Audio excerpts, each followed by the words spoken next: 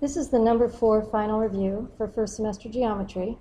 And I'm going to go back to chapter 1 and review a little bit of vocabulary with you because it's been a while since we've used some of these terms. Okay, a line is made up of at least 2 points. Yes, there can be more than 2 points on a line, but it has to have at least 2 points and it has 1 dimension. A plane is made up of at least 3 points and it has 2 dimensions. The words coplanar and collinear both contain co or col, which means together. So collinear are points on a same line. And then coplanar can be for points that are on the same plane or for lines that are on the same plane. So if you said coplanar points, you'd be looking for the points on the same plane. Coplanar lines would be the lines on the same plane. Lines intersect. That means they come together, or they have a meeting point at one point. For instance, point T is the intersection of lines L and M. Planes, however, intersect at a line. So if you look at the 2 planes, X and Y, you can see they're intersecting at line S. Okay, now that we've done this, we're going to actually apply this information. You can always come back to this first page to get some help. Okay, now you've got this particular 3-dimensional shape, and we're going to make some deductions about this shape. You can see that there are right angles for G, and right here an angle G, angle H, angle E, and another one right here. There's also right angles up here as well. All right, now, so this is a rectangular prism because it has the right angles. The intersection of planes G, H, M, so that's this front face here, and planes D, H, E, that's the side plane right here, is going to be this segment, okay, because the intersection of 2 planes is normally a line, but in this case it would be a segment. So it's going to be the segment DH.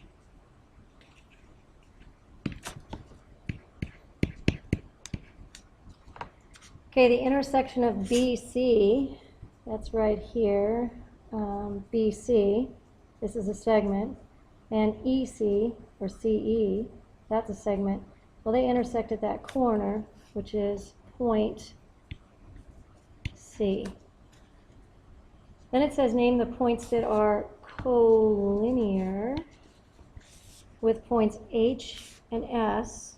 Okay, well that would be R and E. They're on the same line. They're together. Co means together on the same line. So R, and point E. Okay, and then AG and GH. So AG segment and segment GH are, they do intersect, but they're also perpendicular. AG and GH, you can see those right angles. So they are perpendicular. And I just want to remind you of the symbols. So AG is perpendicular. It looks like an upside down T to GH. Just observations we're making about the picture. Okay, CE, that's right here, segment CE, and segment GF, that's right here. Well, those aren't even on the same plane. CE is on this plane and this plane. GF is on the bottom plane and this right side plane. So they are never in the same plane, which means they'll never intersect. So they never intersect. We're going to do this first. And they're not in the same plane. If those 2 things are true, they're not in the same plane, meaning they'll never intersect, and they are skew lines. We just want you to be familiar with that word skew. So I'm going to have you try one on your own, and then you'll check it. You'll turn the recording back on, and then you'll check your answers. Okay, here you have a triangular prism. So you have different planes here. The bottom is a plane, the 2 sides are a plane, and those triangles in the front and back are also planes. All your points are labeled for you, so this should make sense to you. So number 1 is segment PM intersects with NM at what point? Number 2 is segment RO and MN are what type of lines? Because they blank intersect and they are not in the same blank. So look to the left if you're having trouble. And then number 3 is segment PO and NO. So segment PO and NO are a certain type of line, and if you would please write the symbolic way of writing it. And number 4 is plane MNQ, that's that front triangle, intersects planes M and P. So M and P is that bottom rectangle. Where does it intersect at? Look back to the first page if you don't remember the vocabulary words. Once you've finished, go ahead and turn the recording back on and check your answers. All right, number 1, PM intersects with NM. So PM is right here, NM is right there, so it intersects at point M. RO, that's this line here, and MN are skew lines. The reason is they never will intersect because they're not in the same plane. Number 3, PO, right here, and NO, right there, you can see the right angles, are perpendicular, so segment PO is perpendicular, upside down T, to NO. Plane MNQ intersects plane MNP, so it's the triangle, and then the bottom plane at line, or segment MN. Planes intersect at lines, lines intersect at points. Okay, hopefully you've understood that. That was a good review for you. We're moving on to some inductive reasoning and patterning. Okay, now we're into finding and describing patterns. So these are the first 3 patterns. You have a single square, and then you have 3 squares in a single square, then you have 5 squares in a single square. So it goes 5 squares, 3 squares in a single square. So the next one on the bottom layer, you're going to go to the next odd number, which would be 7 squares, then 5 squares, and 3 squares, then 1 square. And then the next odd number will be 9, so 9 squares, 7 squares, 5 squares, 3 squares, and 1 square. Okay, now letter B just says describe the pattern in the numbers and write the next 2 numbers. So we go from 2.5 to 5, from 5 to 10, from 10 to 20. So what we're seeing is the numbers are doubling. And so with that said, if the numbers are doubling or multiplied by 2, then the next number would be 40, and then 40 doubled would be 80. So those would be the next 2 numbers in the pattern.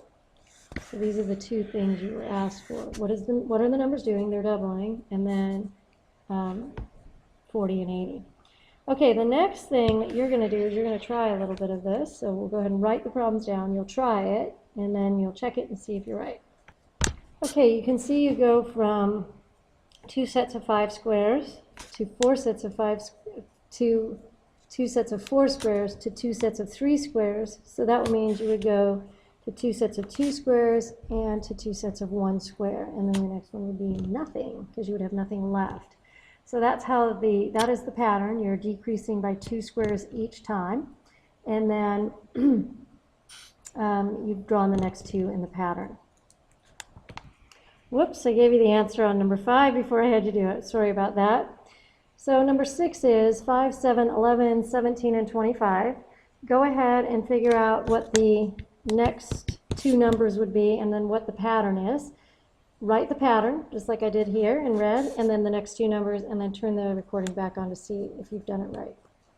Okay, so starting with, I just look at the difference between them initially. So 5 to 7 is 2, 7 to 11 is 4, 11 to 17 is 6, 17 to 25 is 8. So I can see I'm going up, starting with 5, beginning with 5. I'm adding on successive even numbers. So I add on 2, then I add on 4, then I add on 6, then I add on 8. So my next number, 25 and 10, would be 35, and then 35 and 12 would be 47. So again, you just have to look for and establish that pattern. Again, I want to remind you that this finding and describing of patterns is inductive reasoning. You're discovering what the pattern is instead of proving it based on known facts. All right, this ends that, so make sure you have the 6 problems done. This again is number 4 final. So again, make sure you have the 6 problems done. And if you have any trouble, go back and watch that portion of the video again.